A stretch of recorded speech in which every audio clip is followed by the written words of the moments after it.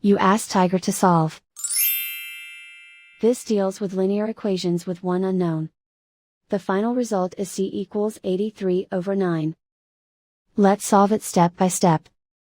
Simplify the expression. Expand the parentheses. Simplify the arithmetic.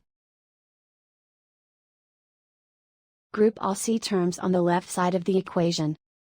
Subtract c from both sides. Group like terms.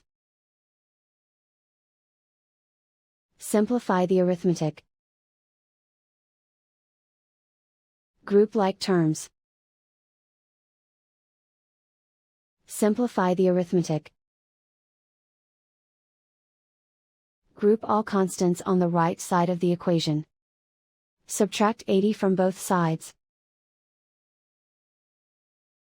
Simplify the arithmetic.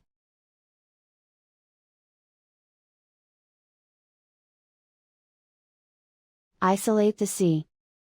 Divide both sides by -9. Cancel out the negatives. Simplify the fraction. Cancel out the negatives. And so the final result is c equals 83/9.